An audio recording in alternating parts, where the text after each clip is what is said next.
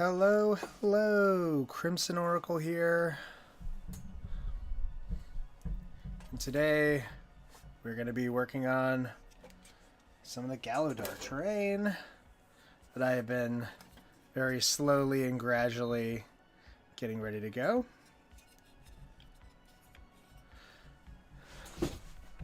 So, as with all my big terrain projects, I am starting with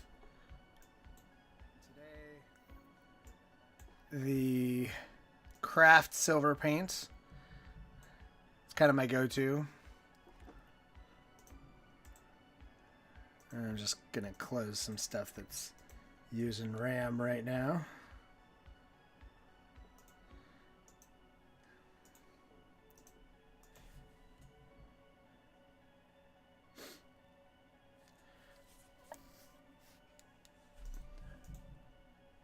All right.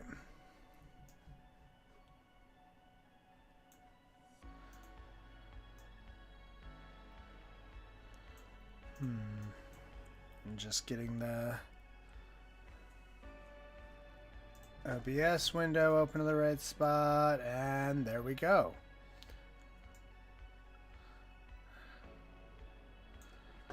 All right.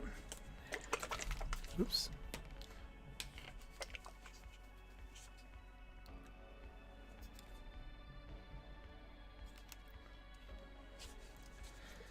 So yeah, simple start. Just put down a bunch of silver. Take a makeup brush. This one. Load it up with paint. And then take a thing and get the wet paint off, and then start just dry brushing.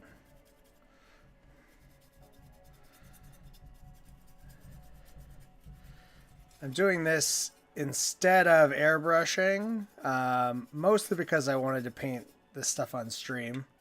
And my airbrush compressor is the tankless kind, so it's too loud for doing on stream. Plus, my airbrush booth doesn't really fit on my desk. I've been meaning to buy a nicer airbrush booth than the one I've got, but so many different things to buy for this channel that, you know, it takes time. All right. And so that's how we're going to start all of these pieces. It's a slow process, but I rather enjoy doing this kind of the traditional way with dry brush. Airbrush can be used to produce some lovely quick results, but there's something to be said for the old ways. I'll probably do a video where I show 2 different ways to do this terrain, because I have so much of it. I might as well put the time in showing how I airbrush it and how I kind of traditionally paint it.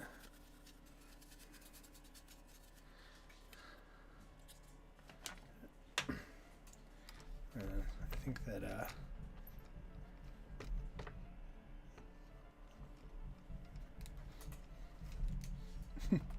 let's get in the way.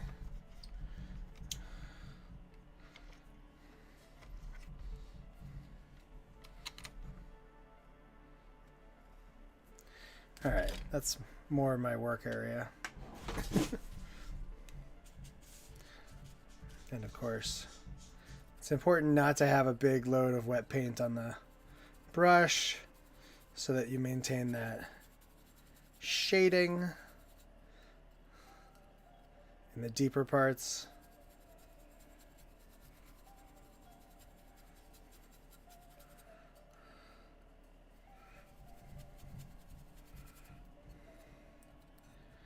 I tend to go pretty light with the silver on the walls. I'll actually come back over them later with more silver once I have done some of the weathering. Because with stuff like rust and grime and all of that, it tends to get kind of chipped off at the corners. And I guess the other reason for potentially choosing the dry brush over the airbrush for these walls, other than, you know, some people not having an airbrush, is that the cracks here, if you get a lot of paint in them, it can make assembling the pieces much more difficult, and we don't want that. And of course, this is just a, you know, it's a preliminary coating. I'm going to come back and do all kinds of detail. There's going to be lots of washes. Maybe we'll bust out the down and dirty products. Those are a lot of fun. But important to use them judiciously. You don't want to go too hard on that, like, natural rust stuff, because if you do that, it will get a bit samey. Although thankfully the down and dirty stuff lets you come back and wipe it down later. It's pretty expensive, so, you know, my philosophy is measure twice, cut once, or stitch in time saves 9, or whatever.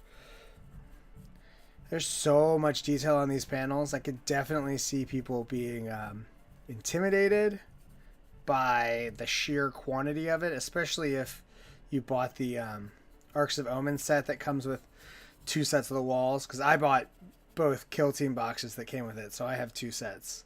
And yeah, I have a feeling it's going to take me a while to get it all painted.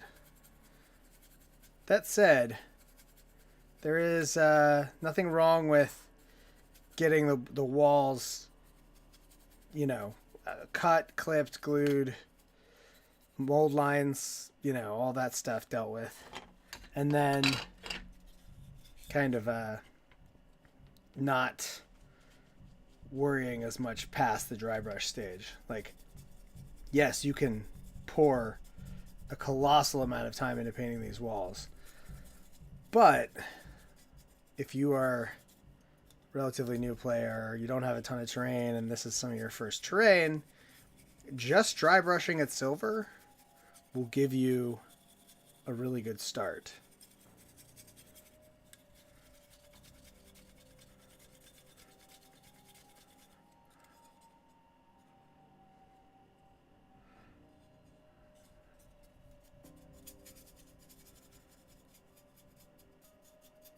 And so, merrily we brush along.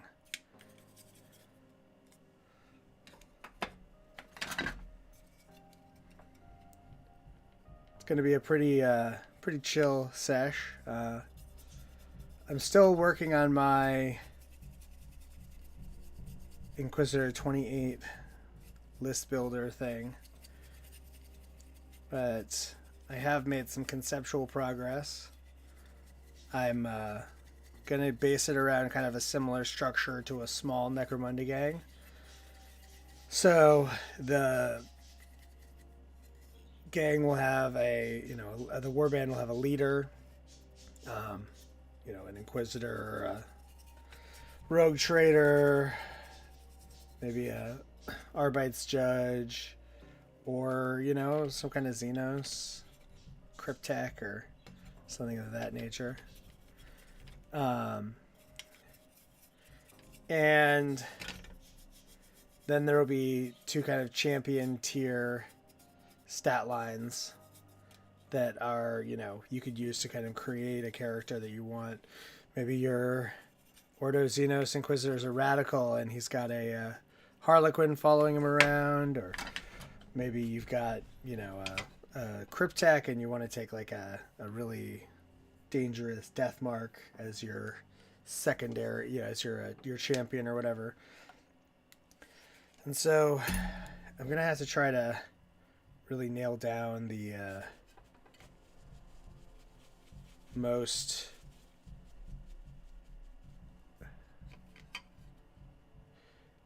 Oh yeah, the rattle can is really effective. People kind of sleep on it for doing kind of more advanced stuff because everyone sees people using airbrushes, but the rattle can do pretty much everything that I use my airbrush for, because I really have not been much for kind of doing the more advanced airbrush techniques, mostly because I find masking to be a giant pain in the butt, and I have, I mean, not to like be like braggadocious or whatever, I have really good brush control when I'm painting, just from years of speed painting. You kind of practice that precision, and I really like to do a lot of my more detail oriented stuff and gradients and all that by hand, even though I know I could get smoother ones with my brush, with my airbrush. I just kind of default to the um, to the doing it by hand. That's just my personal style.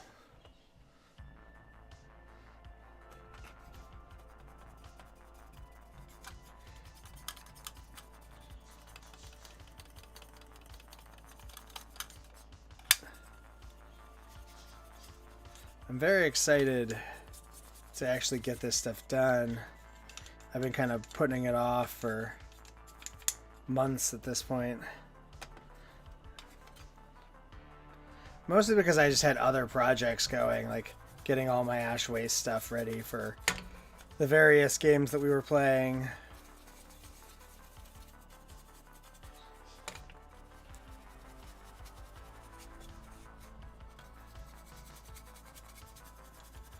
We played our downtime game last week, and I'm still editing the footage, but I gotta say my new camera is a huge improvement over using my phone for getting shots with kind of more detail from the same kind of tripod distance.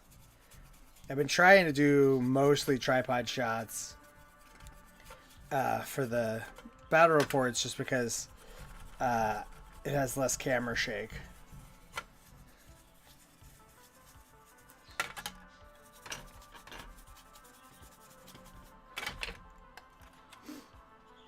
But yeah, gradually going through and getting all the silver done. I got some of the hardware too. I don't want to do a grab bag of stuff. But you got to do the base layer before you can do the upper layer.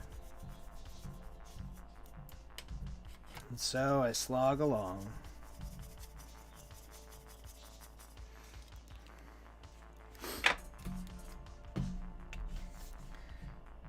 Boom. But yeah, for the Inquisitor 28 thing, the biggest thing is going to be coming up with the different stat lines for each of the different kind of types of champion and leader and all of that. I'm trying to figure out a way to do it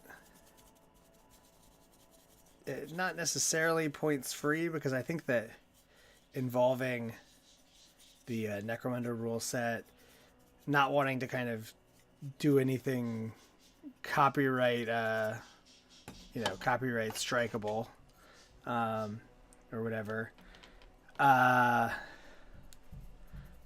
will be kind of referencing out, like, you can take stuff from the trading post and all the different Necromunda supplements, but I am going to be writing a bunch of additional weapon rules to kind of cover the variety of weapons that you can encounter outside of the, just what's on Necromunda. So I am going to be for sure coming up with a lot of, at least the sort of most common Xenos weapons. Stuff like the Deathmark rifle, the various Harlequin gear, the Drukhari gear, that kind of stuff. And my goal with that is to kind of get it to a point where, you just download this one book and you can almost play an alternative to Kill Team as long as you have the Necromunda rules, because it'll have I have a copy of Shadow War on my shelf, actually. That's where some of my first GW train came from, that is now kind of up here. But yeah, I'm definitely going to take a look at that. I'm going to take a look at the Kill Team rules for a bunch of stuff. And along the way, with the looking at Kill Team stuff, I'm also going to come up with a Necromunda or Necromunda rules for like a Kroot gang that should work using the kit that GW sells. So I'll come up with rules for all the different kind of loadouts that you can take with that kit.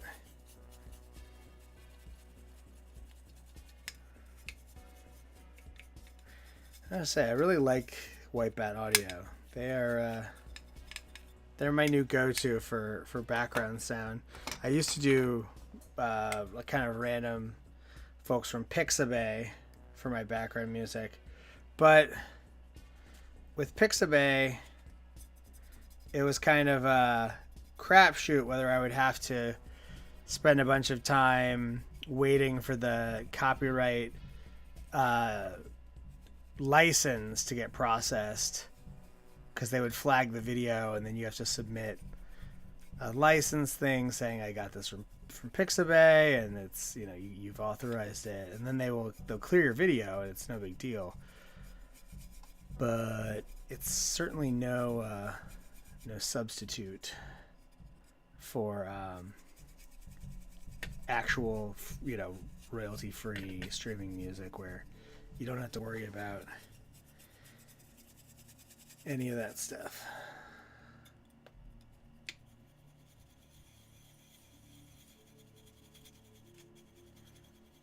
And we're just coming along.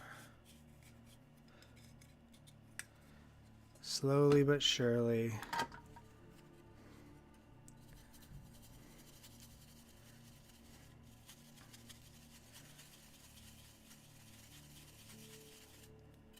It's a slow process to dry brush this much stuff, but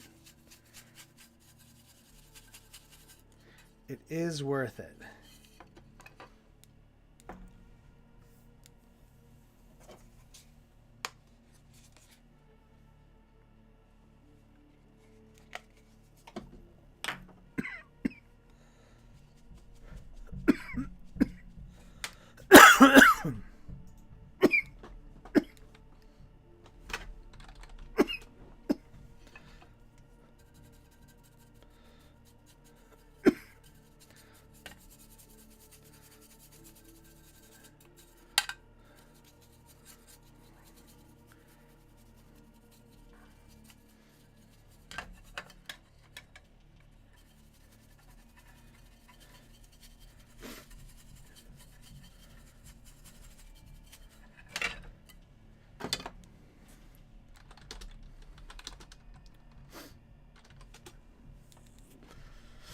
All right.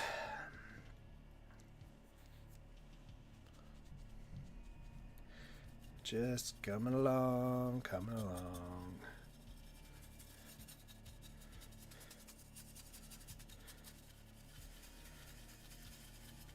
Slow and steady wins the paint-a-thon. This will probably be more interesting in about, I don't know, 15 or so minutes when I'm done with the initial dry brush.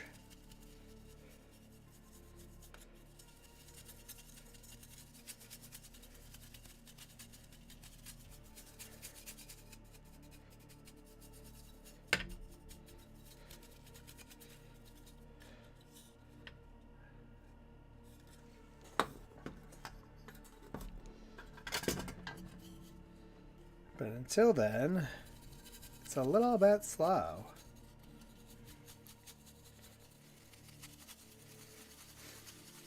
Definitely not my most exciting start, but I think it'll be good as we sort of get to show kind of how quickly just doing a bit of work on this stuff can make it significantly nicer.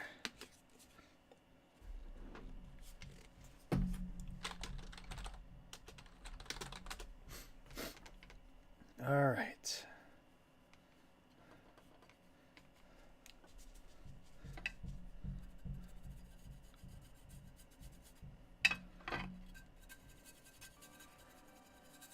Let's just kind of plug along.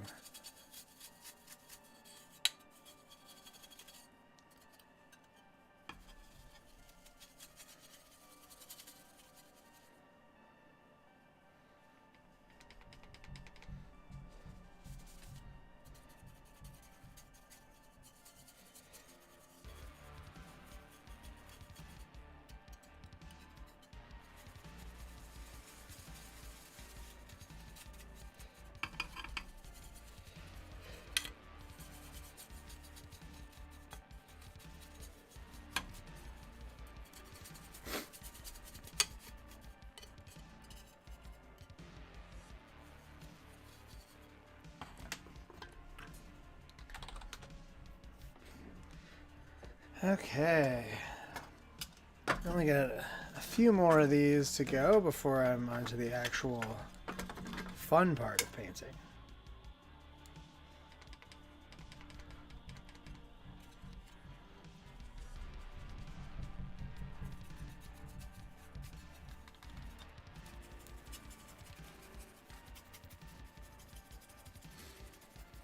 All right.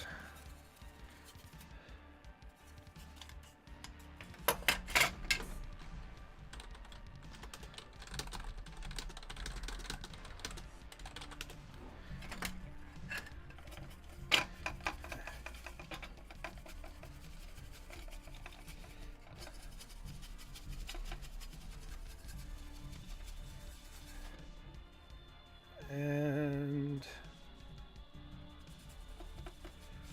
I believe I'm the only one here right now.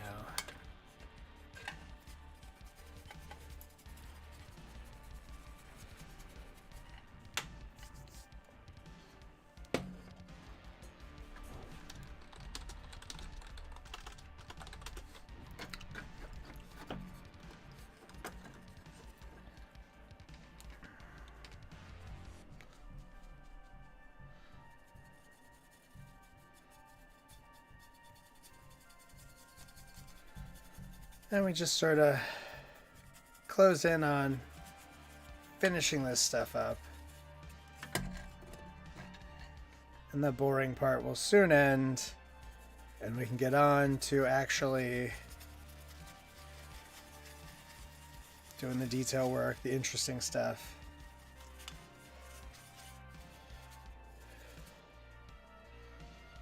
As I am on my second to last piece now. And so in mere moments, we'll be on to the actual detail painting of the terrain.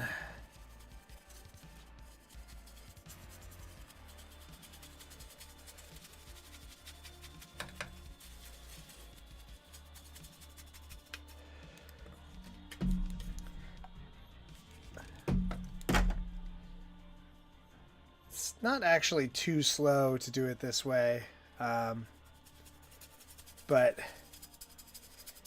it feels slow when I'm doing it kind of under a microscope or whatever. It might be technically faster to do it by airbrush, but the downside of my airbrush is that then it has to sit and dry, whereas when you're dry brushing, it's ready to paint within like a minute or two, because there just isn't that much paint. And that's the last of the Gallowdark terrain that I've got. I might as well do a little bit of action on the 3D prints that I did last night. I'll come in and probably do the brick as some kind of gray stone or something.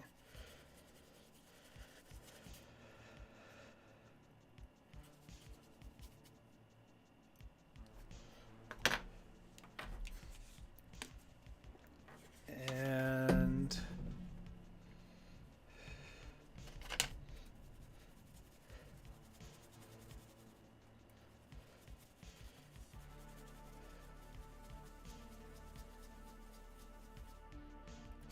yeah, I agree. The texturing from painting can be actually really useful. Sometimes I do my texture paints after I put the initial paint on. I'll come back over with I've even got some of the ingredients. I've got, you know, the sort of coarse sand that I use and Mod Podge and ink. All right. So now we have to actually kind of tackle what the color of these things is going to be. And I'm realizing that I haven't really made a final decision. But I think that I did a lot of reds and whites on my previous terrain. And I want to kind of get away from that, do a different kind of thing. So I'm thinking maybe this kind of drab green from Pro Acryl. But I could also see doing even like a darker green. One of the nice things about the Pro Acryl paints is that they come fully sealed on the inside. It's a small thing, but it really shows that they care about quality. So we're gonna try it out. It's kind of a test. You know, I haven't painted one of these yet, so we're gonna find out exactly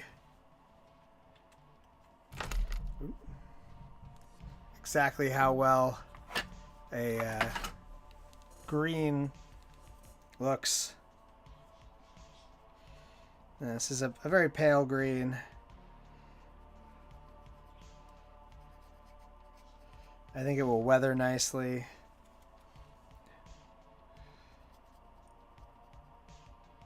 And you know, I realized that doing a internal color like this is setting myself up for a lot of hard work. But I honestly really like kind of choosing the aesthetics of the scheme first and then worrying about how much effort it is later. I also like that even though it's very distinct from the Zone Mortalis terrain, there are still motifs that it shares. So you get these kind of arches with the like corner arches over here. like has a kind of visual language that matches, even though it is very different in the details. Makes me happy that I went that way with my YouTube backdrop that will be showing up on this channel soon. I chose to do kind of a smaller take on the Zone Mortalis terrain at like a scale where I can be kind of standing in front of it or whatever. And I thought maybe I should have gone something a little less recognizable from the model, just because the terrain is very, it's very distinct. And if you think about it in terms of scale, the size that I made the backdrop is not the right size. But of course, this shows that those same arch motifs show up in different scales all over the place in STCs. I do have to wonder why the STCs all make super gothic stuff, or if perhaps there was like a great purging of STCs at some point that didn't make super gothic infused buildings. Like, well, we can't allow that, obviously. Let's not be crazy. Can't allow people to have different types of architecture. Brutalism. Brutalism. This is the dark age of technology. We only do weird neo-gothic.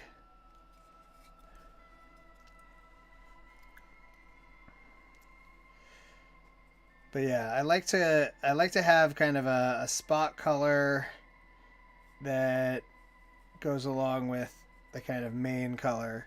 And so the main color for this will be the silver, will be the kind of the main color of the trim and the pipes and stuff, although I'll probably do some pipes in other color schemes. And then the sort of interiors will be this pale green. I kind of chose a green that's close to white. So what I'll probably do later is come back with a diluted green wash, or green, like a transparent green maybe from Monument, and hopefully darken it up a little bit. Not too dark though. I like it to be pale. I just don't want it to be confused for being white, because I've done enough white on my terrain to last a lifetime. I'm going to start doing videos where I show off the terrain that I've already built. And I see a lot of people making tiles and stuff, and like realize I kind of did all my big fancy tiles before I started doing these videos. And as a result, I don't really have like strong documentation of the process, which is too bad. But I do have the tiles themselves, and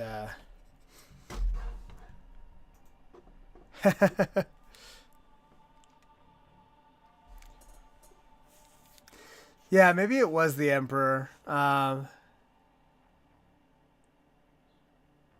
That's true. Yeah, the brutalism was definitely present in the sort of old days of terrain just being made out of styrofoam.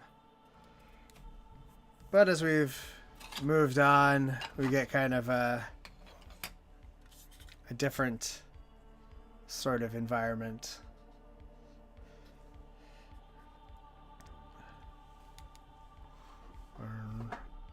I made the mistake of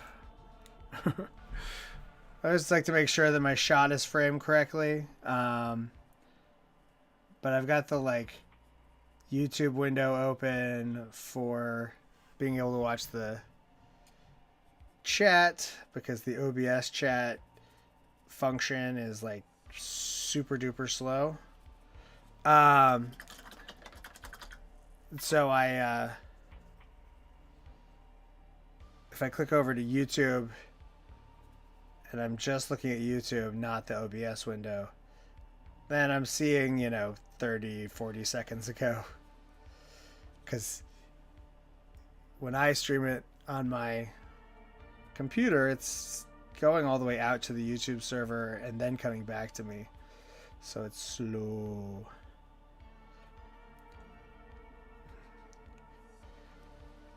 I would blame the ecclesiarchy, but I feel like the ecclesiarchy kind of like came around after the point where the Gothic stuff had become everywhere. But then again, it's hard to say for sure.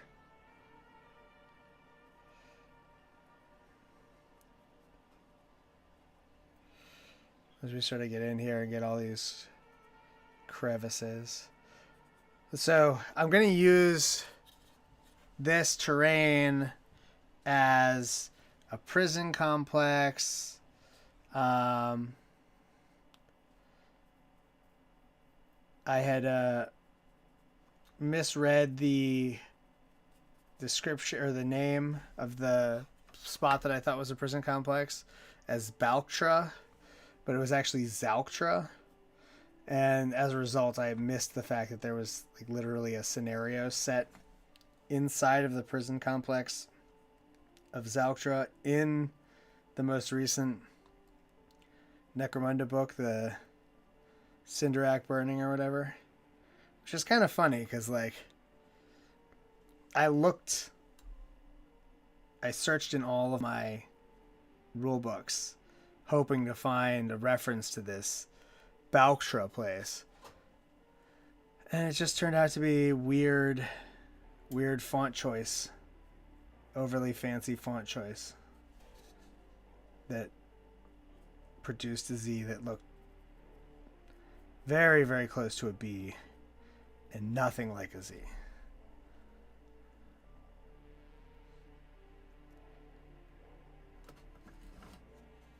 Right, exactly. The ecclesiarchy is definitely holding back the design principles of the 41st millennium, but I think that the issue with the kind of sameness of imperial architecture goes deeper.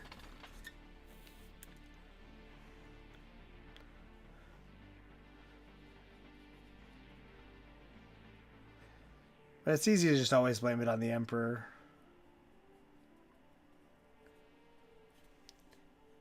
He's kind of the ideal whipping boy since he can't really defend himself.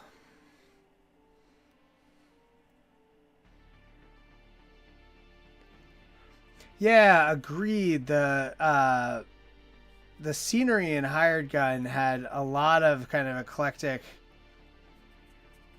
influences, and I really like that a lot because, like, that is definitely how the hives are described, as being kind of these hodgepodge of things built on top of each other, which is why I really like combining kits from lots of different stuff together for my Necromunda scenery, because it's like these guys are not following any kind of hard and fast rules with how they build at all.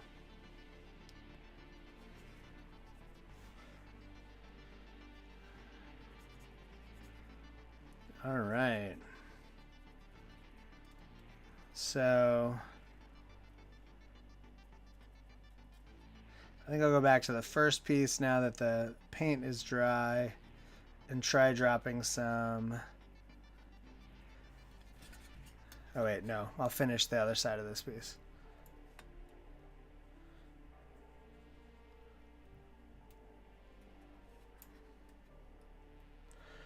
Yeah, there's some deco influences in the Imperial robot designs and a little bit in uh the Votan. It's not like a super strong uh motif or anything, you know. I wouldn't say it's deco the way that 40K is gothic, certainly. But there's definitely some deco with the kind of like curvy shapes and that kind of more I don't know, more kind of organic, less kind of imposing aesthetic.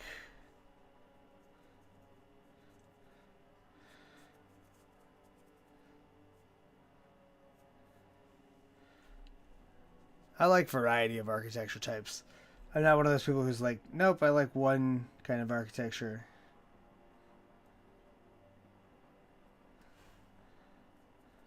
So I like the universe to accommodate more of that.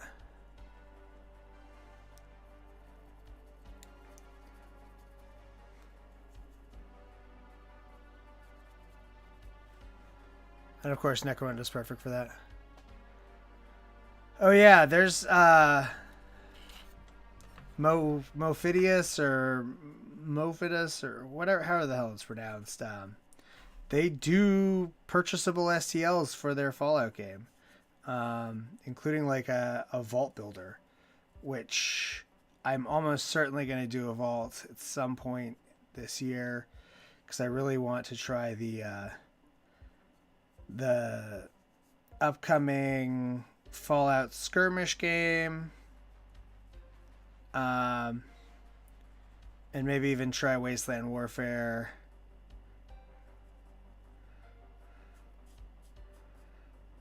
And having a vault to play in would be a lot of fun.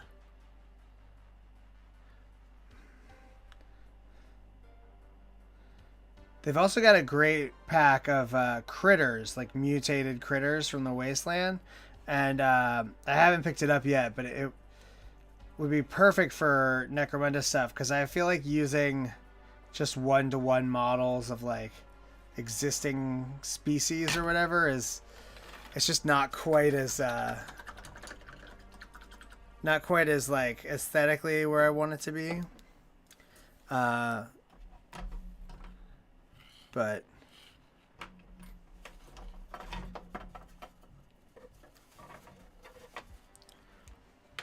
let's see. Huh. Something I put on here a while ago is still sticky. It's like, how did that happen? All right, so I'm gonna try a little bit. Yeah, so it is a skirmish game, but it's kind of a I don't know.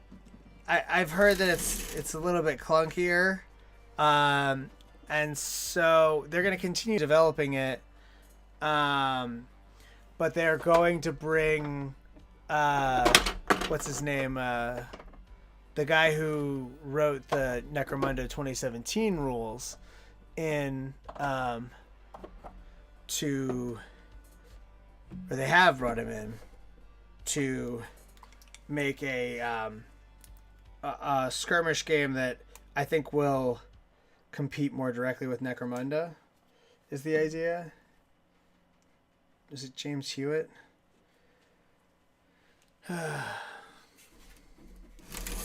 But I haven't really looked that much into the mechanics of Wasteland Warfare because the model range just kind of was a little bit inaccessible for me. But the new starter set is going to be a bunch of variety of plastic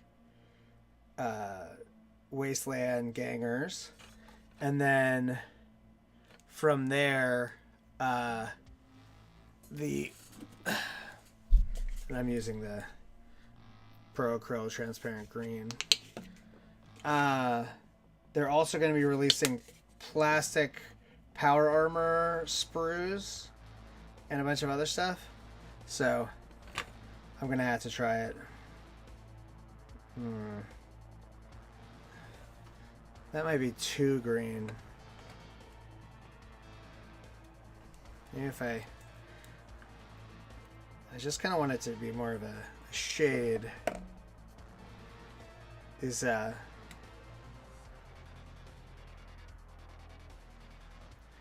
Pro Acryl paints are really nice. They're so pigment dense, but it does mean that I have to kind of experiment with diluting them more, because I'm used to.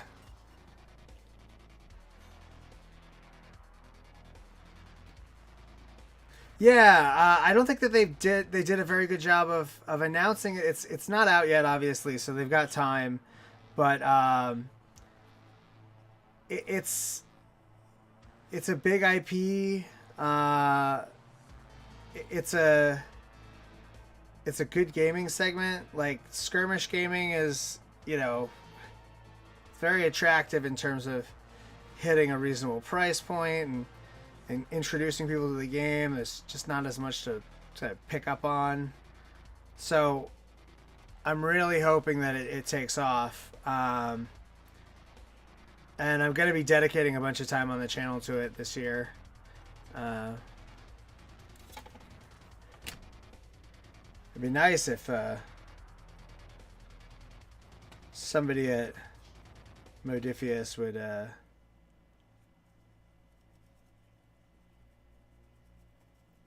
hook me up with something so I can get the word out. Like, maybe preview stuff or something. I don't know. Maybe I'll touch base with them. Channel's not quite as big as I want to be before I start, like, hitting up companies or whatever, but we all got to start somewhere, right? And I am, like, laser focused on the exact demographic that their game is targeting, so maybe I'll get lucky.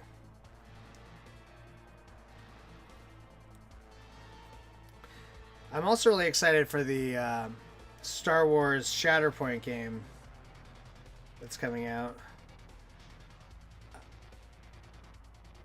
because I've always been interested in Star Wars models, but even Legion is just a little bit too much of an investment for me, both in terms of space and money, but primarily in terms of space. Just because I have limited options for where to put stuff, at least for now. I'm really hoping to start to get the display cases set up in the space that I'm going to move my studio to. Because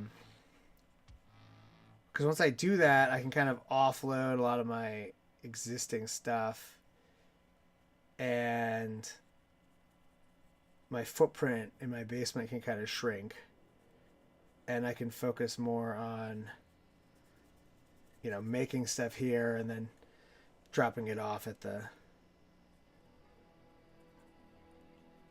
barn where my studio will be, because I'm putting my studio in a barn. Okay, yeah, I'm liking that a lot. I wasn't sure at first, but yeah, I think that'll do.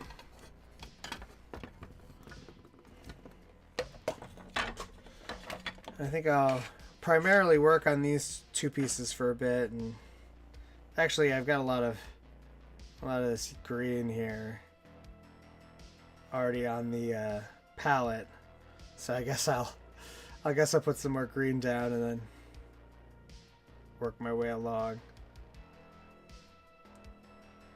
Also, I did not do a good job of promotional stuff this week. I've just been kind of distracted and busy. I got the rules for the Nova Open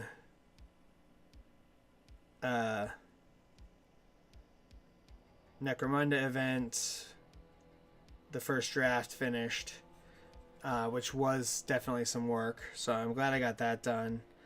And I have a script ready for a video on pistols, so I'm just going to record that maybe this afternoon. Yeah, Fallout Factions Nuka World. It was James Hewitt. Yep. One of my favorite game designers. He also did, I think, Blitz Bowl and a couple of other things. A real talent. And a coup for Modiphius to have snagged him for a what will probably be a Necromunda competitor, since he designed the core rules of the current Necromunda. I almost wonder if we'll get to see kind of him with more creative freedom with this to kind of make the rules work the way he wants, or whether it'll be, you know, whatever Modiphius wants. Because I feel like GW is a bit overbearing with their designers in terms of forcing them to do things a certain way that maybe isn't as healthy for the game as not doing them that way. Just being diplomatic about it. They prioritize trying to kind of split releases up and slow things down and grind out multiple sales, whereas like it's better for the game to be, you know, released in as close to a done state as possible, which like that is not what happened with Necromunda at all. They put out the first rules in the Underhive book, and then it took them like a full year to actually figure out the core gangs, which felt very kind of forced. I get it though, you don't want to release 6 gang sets at the same time, so you want to stagger your releases. At least these days they tend to release the full rules even if stuff is kind of trailing behind. But not entirely, because if you look back at Ash Waste, they didn't release the full gang list for the Ash Waste Nomads until like 2 months later.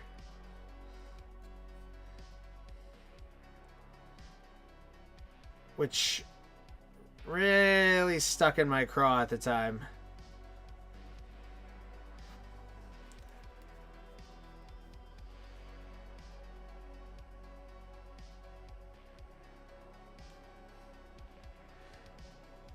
Yeah, exactly. They have an existing model base, and they've got a bunch of releases that are coming out around the same time that are like plastic sprues that'll be really like much more accessible than the resin models that were all kind of like single posy.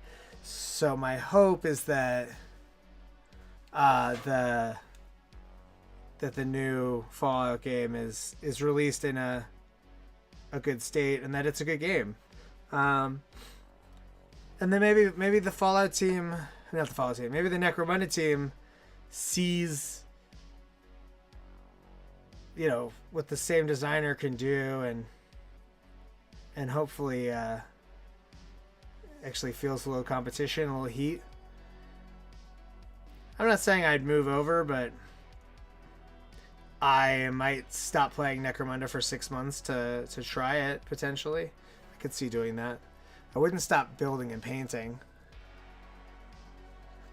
Yeah, the Necromunda release definitely was something where they did Shadow War, and Shadow War sold well, and they were already developing Necromunda at that point. But I think that Shadow War was a niche enough product that it didn't really prime them for what would happen when they released a full Necromunda game with new gangs and all of that. Because, you know, Shadow War was mostly just a book, and the box set was just a book with like 2 sprues that they kind of tossed in there that didn't really have any particular like draw or appeal. They weren't new, you know. But then Necromunda comes out and everyone is like, oh, these models are awesome. Even the people who don't play Necromunda.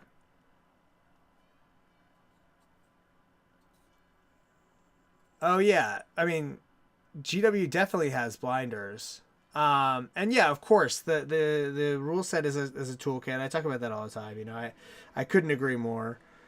I just don't like the way they kind of do certain things about it, where like they put the Escher and Goliath rules in Cinderak Burning, when those rules were written and could have gone into the Book of the Outlands. Like, they could have included all of the house drivers at a minimum in Book of the Outlands without any difficulty. And they opted to split them up between now 3, maybe 4 books. You know, we'll see when we get the Delac and the Van Saar vehicles or mounts or whatever.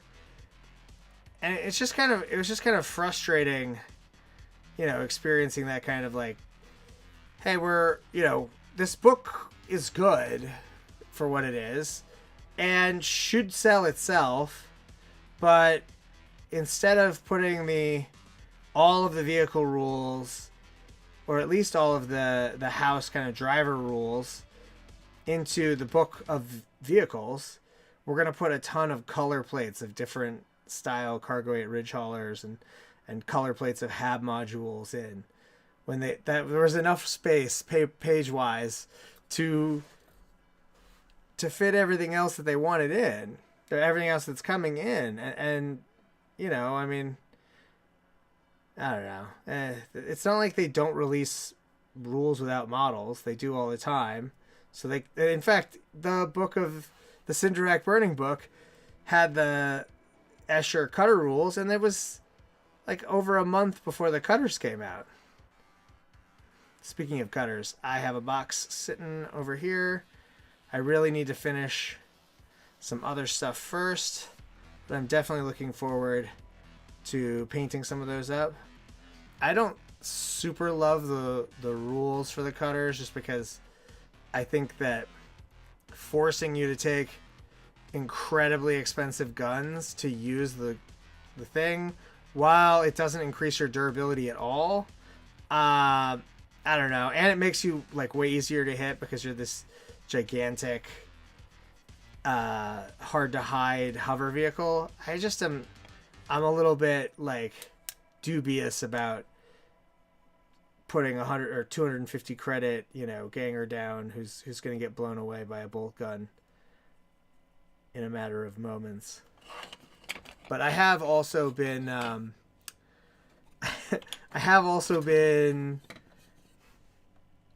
playing a lot with my friend who plays Ironhead squats, and those Ironhead squat bolt guns they're character deleters. Like, getting hit by a gun that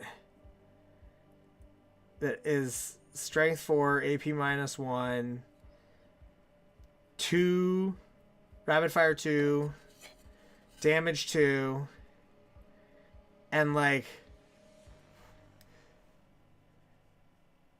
has it's not a heavy weapon, so there's no need for a suspensor. You could even take it on a bike if you wanted to. Thank God my friend hasn't figured that out yet, or I'll be on my way to the morgue.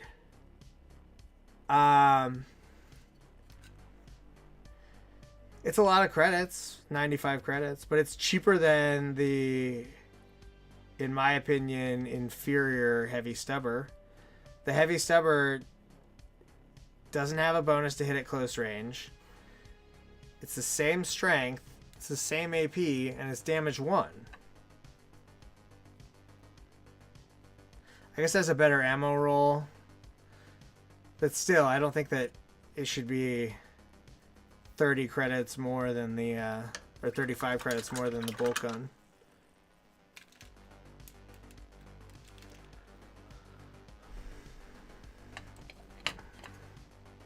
But oh well. The squats have their gimmick. But I do not fear them. For none of my models are important enough to actually worry about.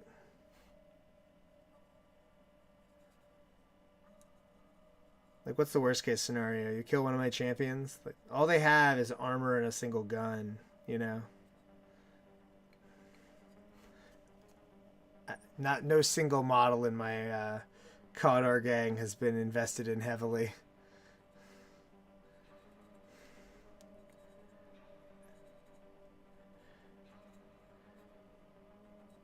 But yeah, for Nova this year, the campaign is going to be a riff on the Uprising campaign, which I'm really excited about.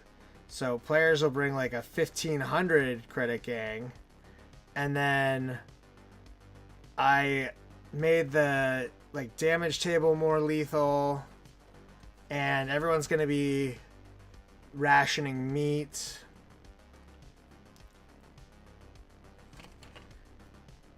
And originally I had it as you start with 4 territories and then you can kind of lose them and get knocked down.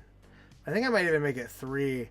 I like the idea of it being kind of like an attrition based event where your goal isn't so much to, you know, take as much of the hide as possible, but to like stay alive despite the fact that everyone around you is starving. It was a really fun thought process to kind of take the existing rules for the Uprising campaign and kind of simplify them down a little bit to make it suitable for a 3-game event. Because this year, the Nova schedule is going to be 3 games over a slightly longer period, just so that everybody can have extra time.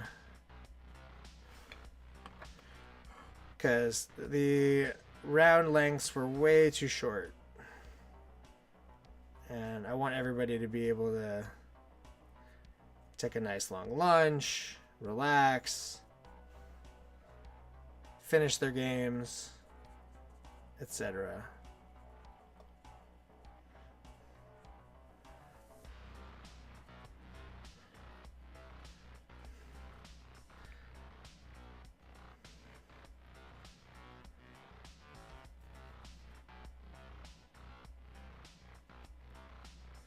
I think I ordered Shadow War Armageddon online. Although I'm not certain. I might have gotten it in store. It was so long ago now that it all is kind of fuzzy.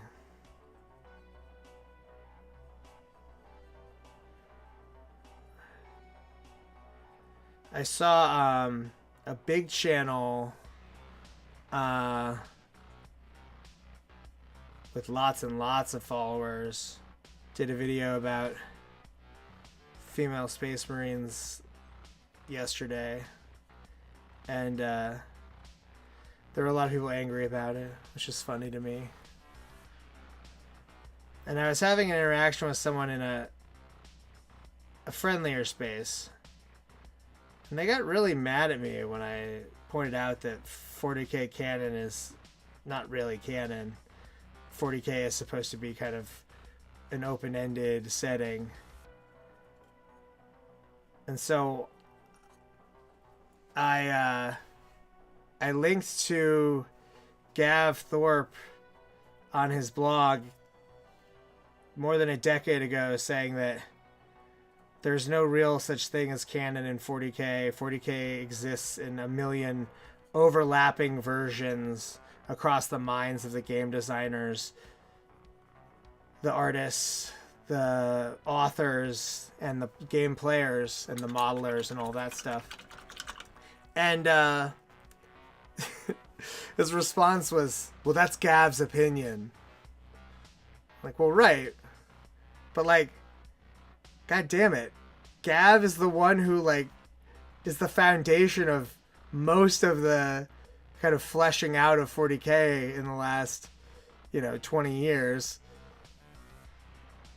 Even before he was writing, he was running the like background team at the game studio. So like, yeah, it's his opinion, but like also he shaped the way that the whole background works for the company. So like, yeah, his opinion actually does matter about this, since it's not entirely his baby. Obviously, he wasn't there when they first came up with it, but like, as it exists now, it is kind of his baby.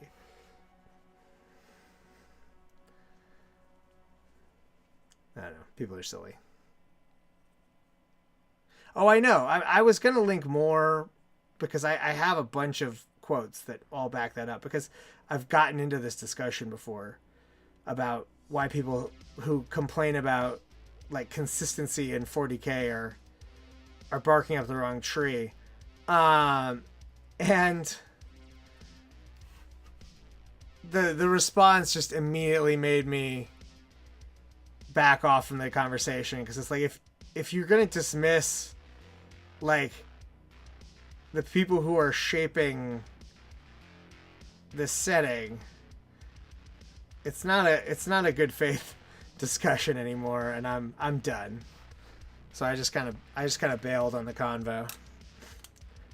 I gotta say, I'm really happy with the lighter green with the green wash over top of it. I kind of stumbled upon it. It was not like something I set out to do.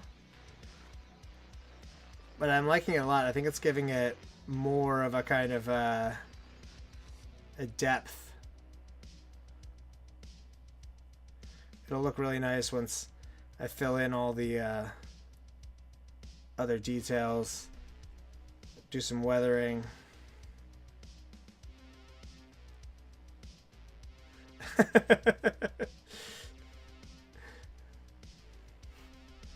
Exactly.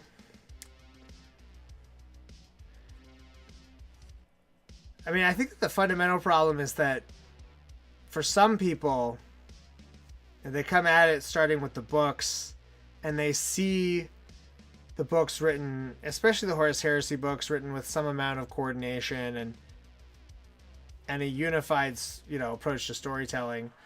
And they're like, how could you possibly say that there's not like a canonical series of events in this game?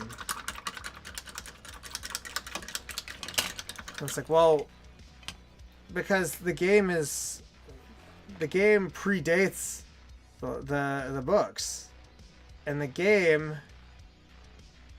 is what inspired most of the background, not the other way around. Like, the different chapters were the different armies that the people in the studio liked playing.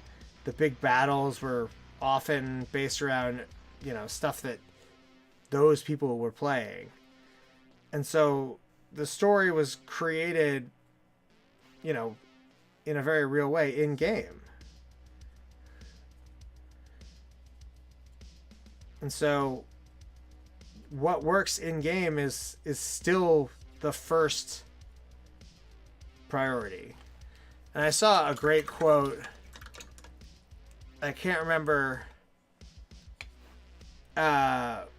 which publication it was from, but it was about the fact that there are a million worlds in the Imperium. Yeah, I haven't seen any specific quotes on the Horus Heresy books being allegory, but like, it's like there's like 60 of them, right? And they're supposed to only cover like a 5-year period or something. Like, I don't know. But it's a vast universe, right? And the whole idea is that pretty much anything you can conceive of is happening somewhere in the 40k universe. There's very few things that are totally tonally inappropriate. Even like relatively positive, noble kind of stuff is possible.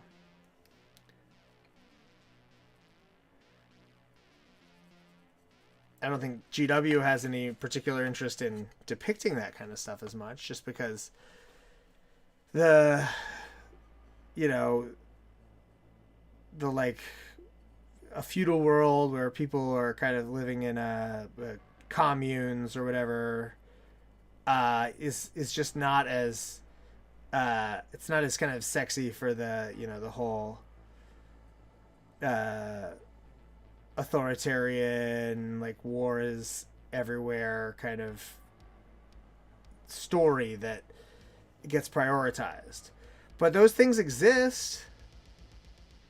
The variety of forms of government across 1 million planets, let alone like the fact that some of those planets are not under a single unitary government, means that you'll get a massive variety of different expressions of society and culture, and pretty much anything you can imagine fits.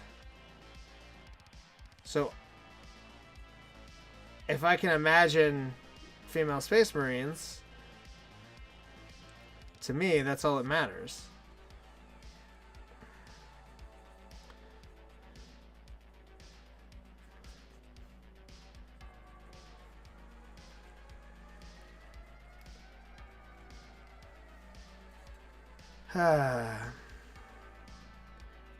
Finally almost out of my wash mixture, so I can go back and work on some of the other details. I'll probably be painting for about another 40 minutes or so.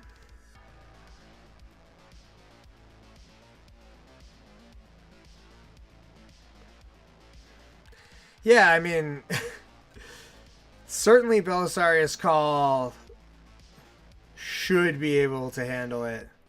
Like, he literally improved on the Emperor's work. Of course, I say the Emperor's work, but it was really like a team of Genesmiths that the Emperor was in charge of. And a lot of them turned on him along the way because they were terrified of what he was going to do with the Space Marines. And lo and behold,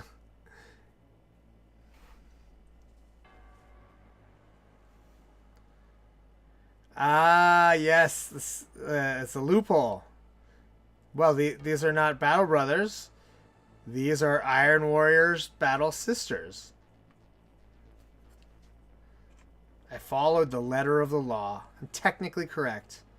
The best kind of correct. Not that Karl really cares about the letter of the law at all. He's just sort of throws whatever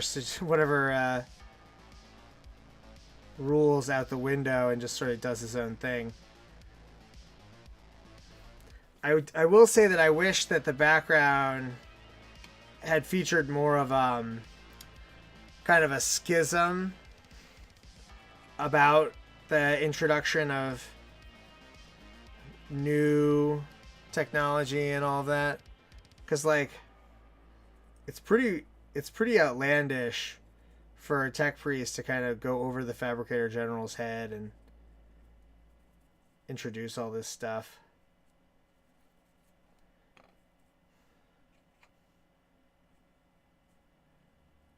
So I do wish that they would. I wish that they would play up the sort of internal conflicts in the Imperium more in general.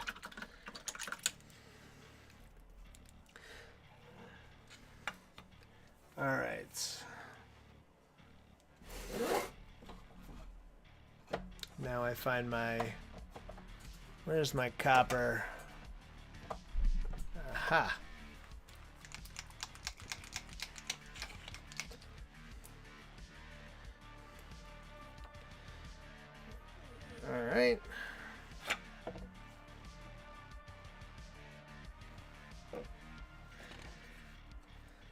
So I like to use copper as a kind of easy spot color for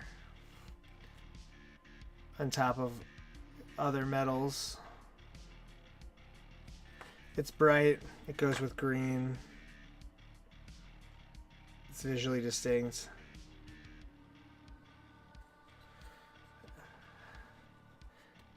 I might not deploy it here as much as I often do in other painting projects, just because I'm trying to kind of nail a little bit of a different look here that is distinct from my other projects.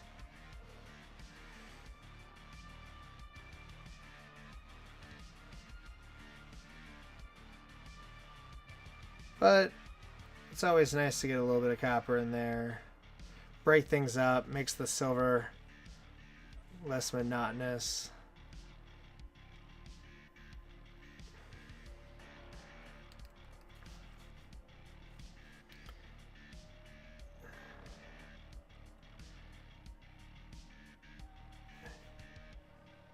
It works.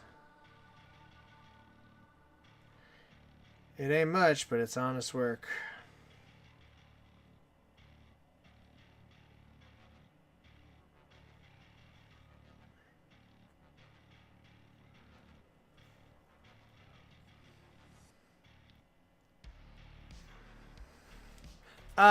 Yeah, I have a feeling that they're going to do plastic tiles.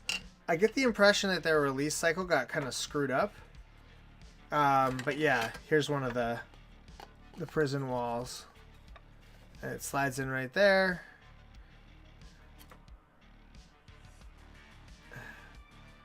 Huh. There's a little gap at the top. This one I need to kind of sand down because it doesn't slide in as well. But I think it's a real cool system. I found someone who has a base of this STL, and then you can kind of drop whatever you want into it. It gives you the chance to kind of create and turn the Gallowdark into whatever you want it to be. So I'm probably going to mash it up with a few different things just to get the most out of it. Because one of the things that I really like about my terrain tiles that I did is that they're highly personalized. Everything is kind of done in the style that I want. But it is pretty impractical to do that for all of my stuff because of just how much space it would take up. So it's important for me to have modular stuff as an option because I like to run events outside of my house, and my tiles do not transport easily because each one is like 12 by 12 by 10. So this Gallowdark terrain presents an interesting opportunity to kind of customize and do unique and different things with it. So, you know, I'm thinking about like Gallowdark walls with like kitchen appliances and sinks built into them. I'm thinking about computer consoles and terminals, Gallowdark walls with maybe even washing machines or something. Since I'm doing a prison, I know laundry's a big thing in prison. Turns out, gotta wash your prisoner's laundry.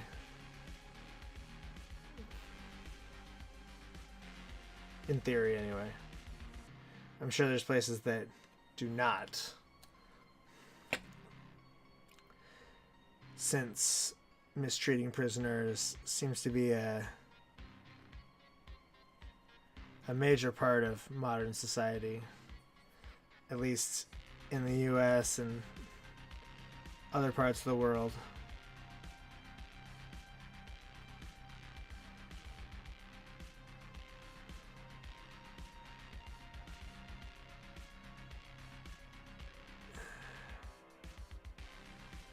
All right.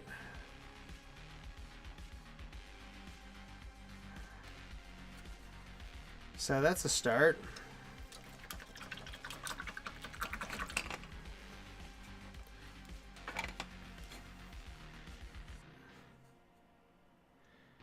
I tend to like to use copper for these plates. I don't know why.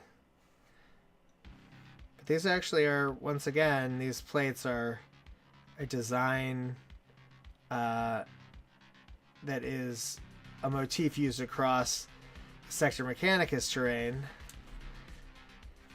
And you can really see the way they kind of, even though this terrain is distinct, it kind of speaks the same language as the Sector Mechanicus and the Zone Mortalis. If I had more of it, I would definitely consider doing some work with integrating it into a board in a fixed fashion. But as it stands, with 2 sets, I would like to be able to bring both along for when I run events. So for now, it all has to stay modular and separate, and that won't be that big of a deal because of the option to 3D print custom parts that fit the look of what I want. All right.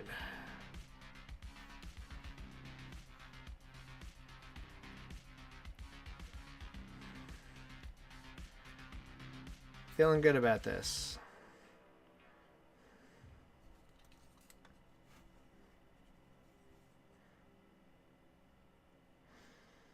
Let's see. It's always a little bit of a thought process trying to decide which colors to pick out, or which pieces, like panels to pick out, because you don't want to go too crazy with it if your main color is supposed to be silver. If you're going to go gold or copper as your main color, then yeah, by all means, do it up. But when it's just a spot color, it's easy to overdo it. I try to be careful about that. I like to do like these areas around speakers and servo skull panels. One of the things I really like about Darktide is that the Medicae stations talk to you. And like, in theory, they're supposed to be completely lobotomized and have none of their, former personality. They're like begging you to take them with you because they're lonely. Because the Chaos Cultists don't need them. Or don't use them. Because once you buddy up with Captain Nurgle, you really don't have to worry about Medicae stations anymore. In fact, it's kind of insulting to your god to try to use something that's going to kill the very diseases that you're here to propagate and spread. It's a bad scene.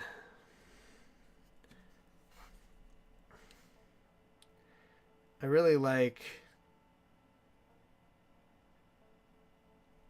Darktide a lot. There's a lot of negativity about it in the Darktide subreddit because the game is not it's not living up to the expectations of what a lot of people wanted, having come from the final version of Vermintide 2. So people are just kind of upset. And I get why they're mad, but it just feels a little extra to be like freaking out over a video game.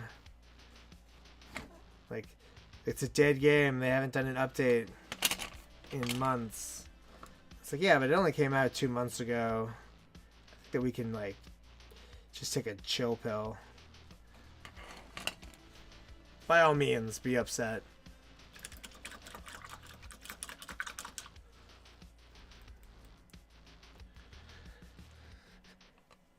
Yeah, even with having turned almost all of my terrain into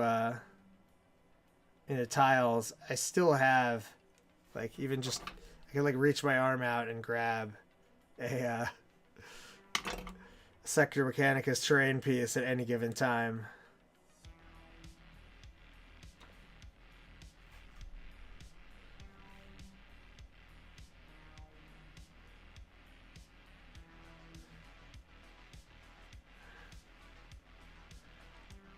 So I don't know, because the crash issues seem to be really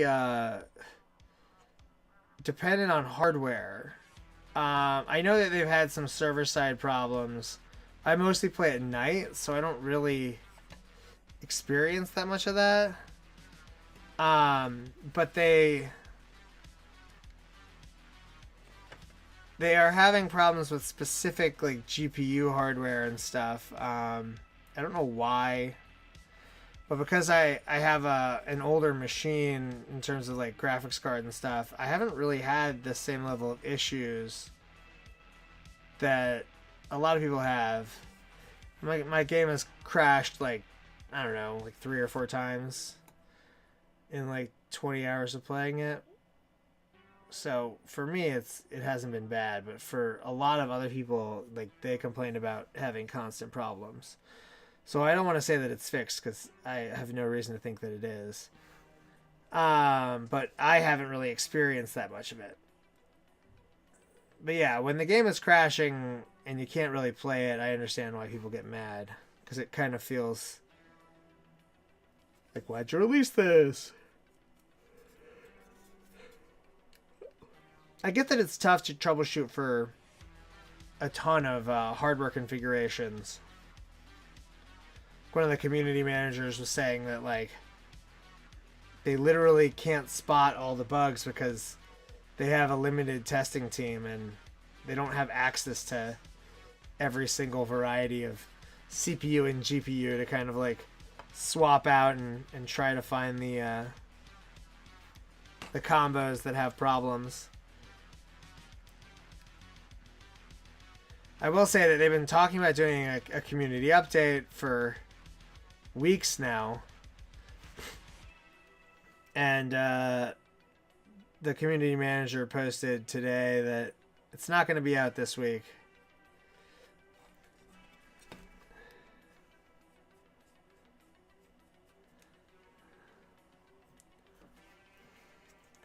There's definitely an element of, like, what the hell are you guys up to that, like, you can't update us? But I think that they're worried about the fact that people have latched on to things that various people from the company have said and attacked them over it, that they're kind of like, let's keep quiet until we know for sure what's in the patch.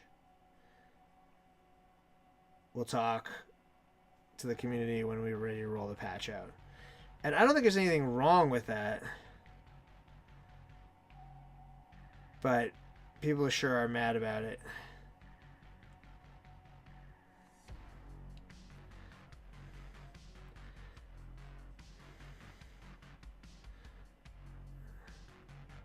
But I don't want to be, too down on the people who are upset. I do understand being frustrated that a game that you bought is not living up to your hopes.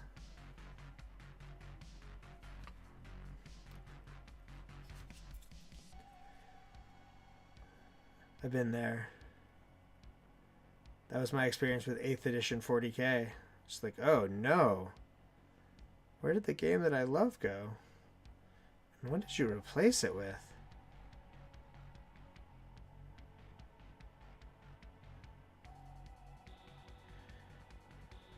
But we move on.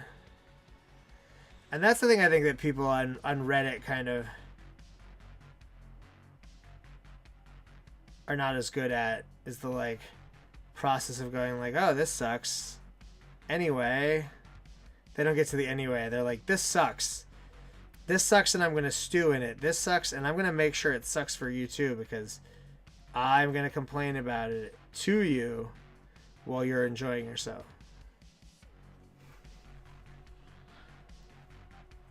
Yeah, the microtransactions really didn't bug me in that one, just because it's like some cosmetics, and I really didn't find any of the cosmetics appealing. But like, it's a first-person shooter, so like, you don't even see your skin when you're playing, so I'm good. I don't need to buy. I need to spend money on a paid skin when I'm literally not going to see it.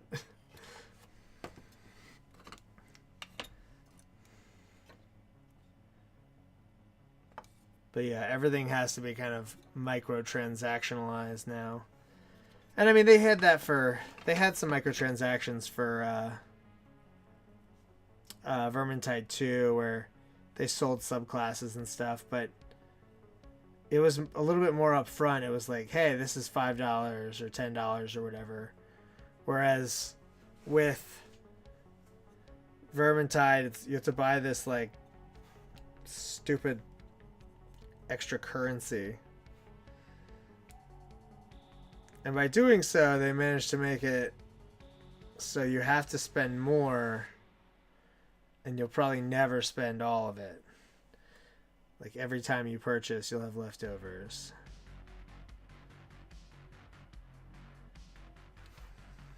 which is admittedly irritating, but I'm hoping that they maybe learn their lesson there and change it. Maybe. Certainly, I would hope that the DLC, you know, whatever they wind up calling the sub faction, or the sub class in the game. I'm hoping that whatever they, you know, charge for that it's a fixed amount as like a Steam DLC purchase, as opposed to like having to buy Aquila's, which is just like, it's so transparently shitty to your players to be like, all right, everything here is going to cost X amount, but you can only buy Aquila's in the quantity where you're going to have like a useless amount left over after you buy.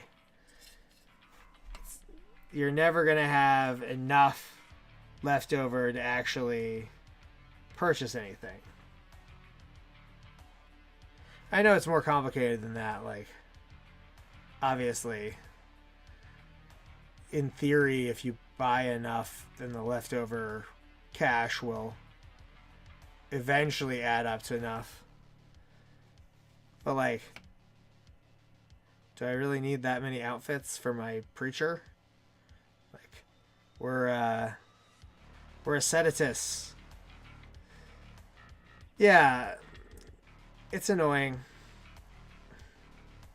But overall, I'm very, very happy with the game.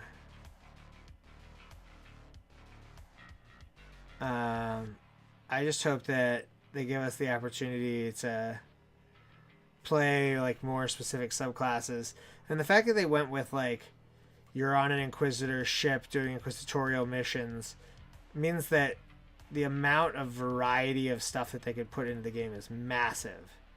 But right now, it's literally just like, you know, 8 missions or 10 missions or whatever, where you go onto this hive world that's infested with Nurgle cultists. It's like, really, really fun and very, very similar to Vermintide. But you do kind of wish that there were more enemy types, that you might encounter something else. Like, wouldn't it be fun to like go into a section of the hive and think that you're going to be facing Nurgle cultists, and then you get met by Gene Stealer cult and you have to adapt? I don't know. I just hope that they take their time and get the final product good, because they've already kind of spent their goodwill.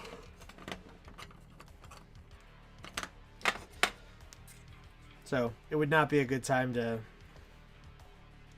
piss more people off. Oh, that's funny. I grabbed one that I hadn't done the internal panels on yet.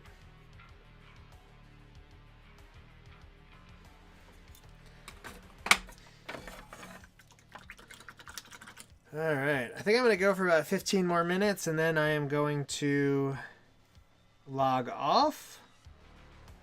And I might do another session of Gallowdark painting, maybe over the weekend in the evening time or late, because I'm really having a lot of fun doing this, and I think that I probably do miss a lot of potential viewer time by only streaming in the afternoons. So I want to try to incorporate some later streams that might hit different time zones better.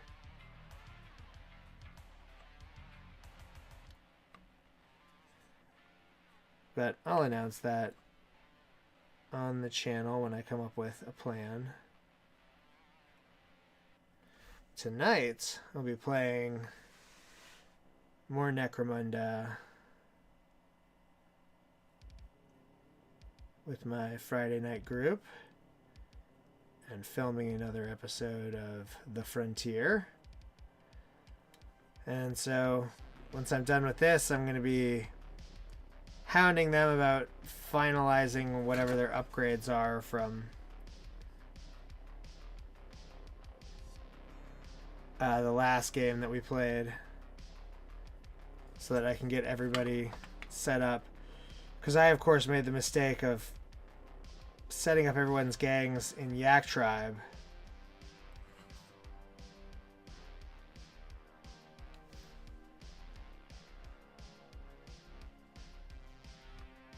Oh no. Good luck, Shade.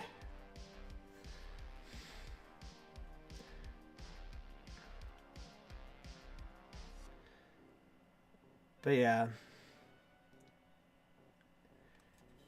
I like this terrain a lot. It's funny, I had some kind of discussions about it with a few people who really didn't like it and thought that the Sector Mechanicus stuff was a lot better, or the Zone Mortalis stuff was a lot better. And like, I think that the Zone Mortalis stuff is totally wonderful and special because it's a plastic version of those amazing Forge World sets. Like, it will always have a place in my heart because of that. And it's really cool because it's, you know, a 3D terrain set. But if you actually kind of look at the Sector Mechanicus or the Zone Mortalis terrain and how it fills space on a board versus, you know, the amount of sprues that you need, it's not very sprue efficient. You can get a lot more wall coverage out of one sprue of Gallowdark than you can out of one sprue of Sector Mechanicus. And that comes at the sacrifice of not being designed around going up. But like, that's okay. It's okay to have terrain that is well suited to different tasks. And having terrain that's well suited to being 2D terrain is awesome. That was what I really liked about the Deadbolt's Derelict set from Death Ray was that it's not focused on going up, although you can technically stack it if you want to. Instead, it's focused on being the best like coverage for your dollar.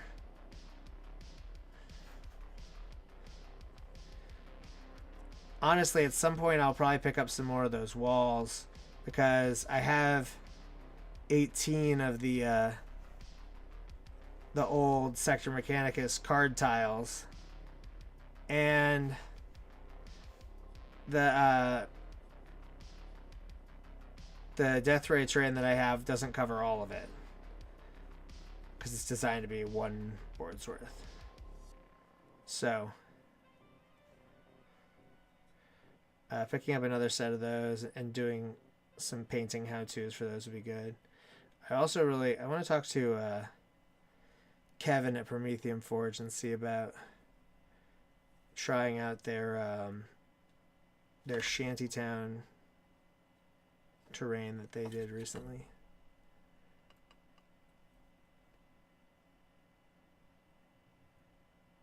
All right, I think I hit the end of my playlist.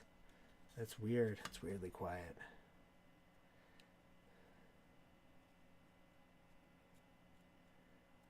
Okay.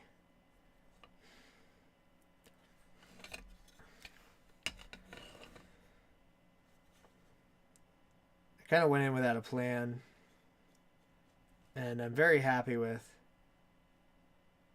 the progress I've made so far.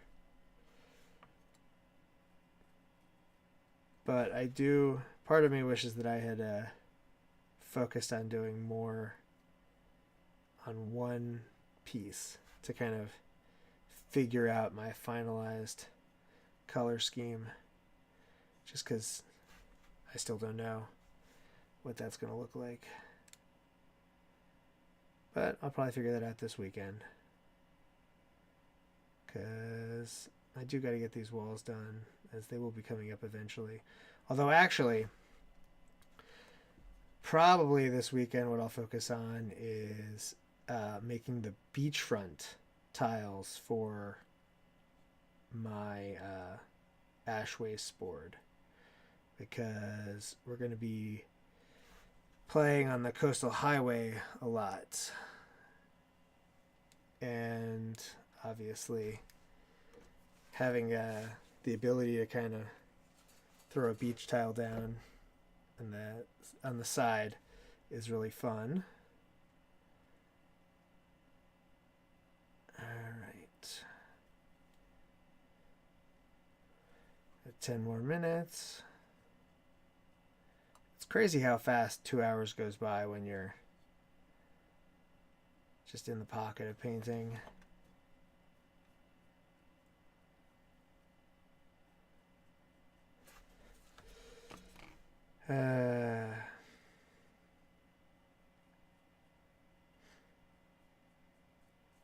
Yep. Time flies when you have a paintbrush. At least for me. I know other people experience very different kind of feeling when they have their paintbrush out. Sort of an anxiety and frustration. And I get that. I get frustrated too at times, but it's usually after I put the paintbrush down and I look at what I've been doing and it's not quite as far along as I want. There's this effect where you can get 80% of the way into a basic paint job and it looks not good. And then you do that last 20% and it looks amazing. I think a lot of people get kind of they stumble a bit at the 80% mark, looking at it and feeling like, oh, this is not up to what I wanted.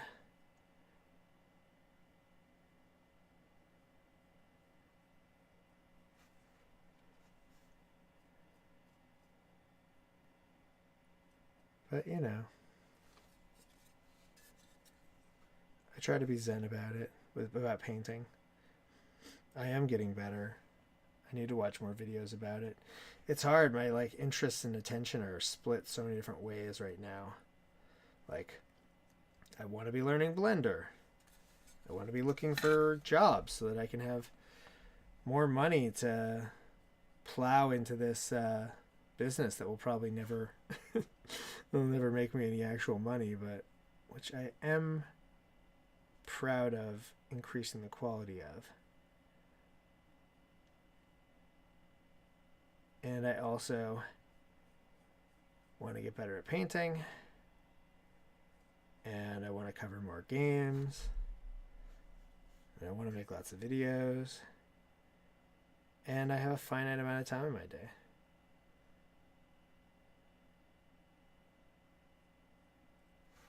Particularly with my amazing but very needy children. They require a lot of attention.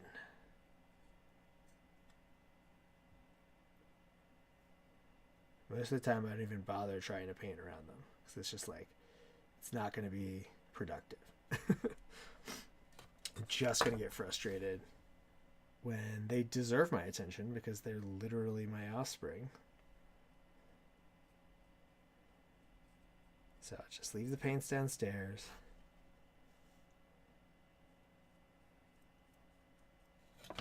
And chug along.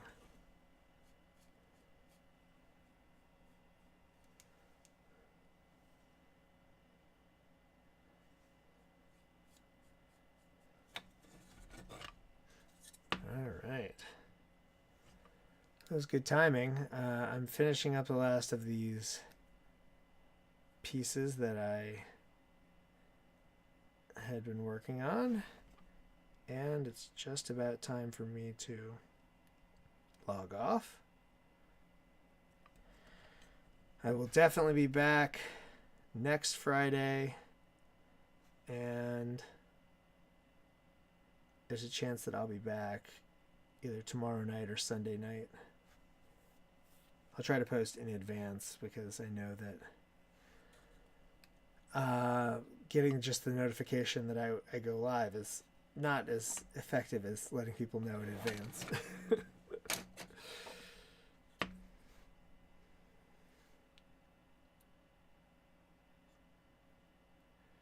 not quite done yet.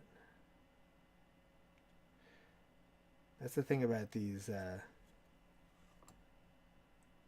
high detail plastic terrain kits, is that if you look for more detail, you'll find it. I'm painting these knobs or sliders or whatever gold, but there's a very strong chance I'm going to come back over them later and paint them black or red or something. All right. I do like to do these little like strips across the pipes.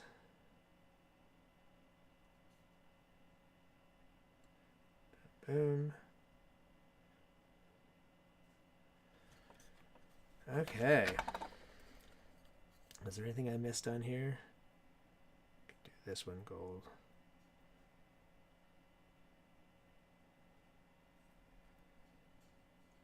But otherwise, I think it's good. And I think that one's good.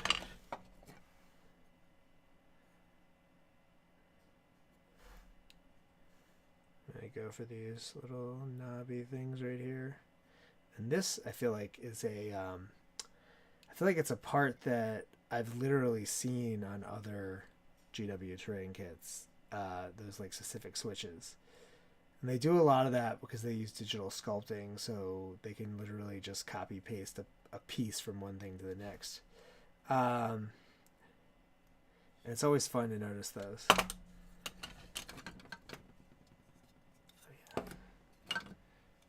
Alright, I like that. I like that. Knobby guy.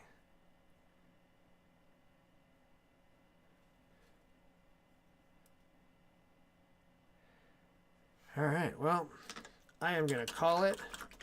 Thank you so much to everyone who watched.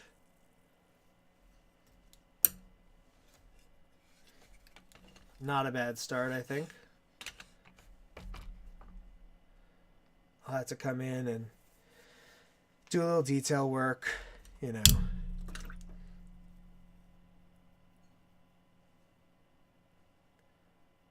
Hit some of these skulls. Hit the lights. The screens. All that sort of stuff.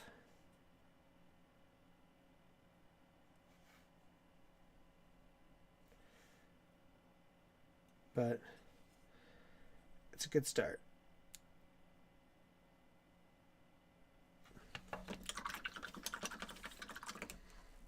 Later.